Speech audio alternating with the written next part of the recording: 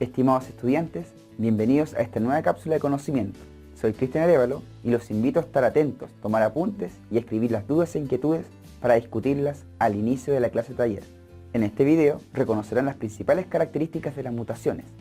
Para esto revisaremos el concepto de mutación, su origen, clasificación y efectos a grandes rasgos. Pero, ¿qué es una mutación? Se denomina mutación a todo cambio permanente ocurrido en la secuencia de bases del ADN de un organismo. Estas pueden ser espontáneas o inducidas. Las mutaciones espontáneas se producen por errores durante la replicación del ADN o por defectos en la separación mitótica o meiótica de los cromosomas o por la movilización de las secuencias de ADN a diferentes partes del genoma de una célula.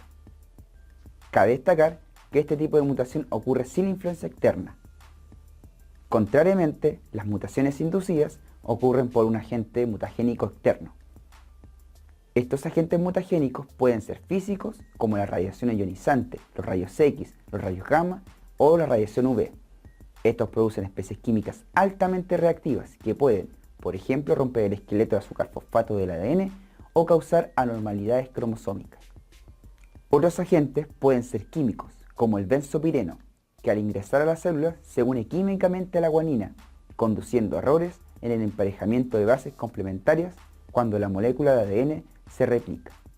También pueden ser agentes biológicos como el virus del papiloma humano, que causa cambios en el ADN de las células, provocando cáncer cervicuterino.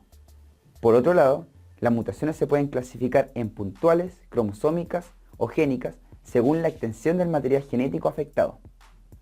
Las mutaciones puntuales se producen por alteración de los genes únicos. Por ejemplo, en un tipo de mutación puntual, conocido como sustitución, se produce un cambio en un solo par de nucleótidos de un gen. Esta mutación se produce como consecuencia de errores en el emparejamiento de las bases durante la replicación. Las sustituciones pueden llevar a cabo diversos efectos en las proteínas resultantes en la expresión génica. Estos efectos se conocen como mutaciones silenciosas, de sentido equivocado y sin sentido. Por ejemplo, en una mutación silenciosa, la sustitución no altera la secuencia de aminoácidos de la proteína debido a que el codón alterado produce el mismo aminoácido. Por otro lado, en la mutación de sentido equivocado, la sustitución provoca un reemplazo de un aminoácido por otro. Estas mutaciones pueden causar una proteína no funcional o reducir la eficiencia de la proteína. Y en la mutación sin sentido, la sustitución convierte un codón que especifica un aminoácido en un codón de parada, provocando una proteína truncada. Siguiendo con las mutaciones puntuales, en la deleción se pierde un par de nucleótidos y en la adición se agrega un par de nucleótidos. En estos dos últimos casos, o sea cuando un par de nucleótidos es eliminado o insertado en la molécula de ADN, cambia el marco de lectura normal.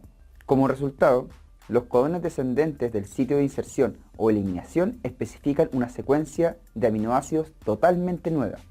Por lo común, una mutación de marco de lectura en un gen que especifica una proteína provoca la pérdida completa de su función. Las mutaciones cromosómicas o estructurales se producen por un cambio en la estructura de uno o más cromosomas. Existen 4 tipos de mutaciones cromosómicas, las cuales son conocidas como duplicación, inversión, deleción y translocación. En la duplicación, un segmento del cromosoma está repetido una o más veces. En la inversión, un segmento roto es insertado en el orden inverso. En la deleción, el rompimiento causa la pérdida de parte de un cromosoma, junto con los genes de ese segmento. Y en la translocación, un fragmento cromosómico se rompe y se une a un cromosoma no homólogo. Por otro lado, las mutaciones genómicas son cambios a nivel del número de cromosomas.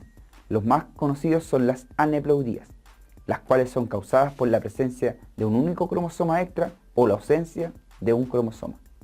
Por ejemplo, en la trisomía, una célula o individuo tiene 2 copias de cada cromosoma, excepto por uno, el cual tiene 3 copias. En la monosomía, un individuo carece de un miembro de un par de cromosomas.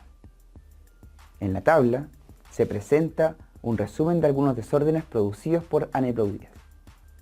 Es importante destacar que las aneuploidías surgen por lo común como resultado de la división meiótica anómala, en la cual algún cromosoma no se separa en la anafase.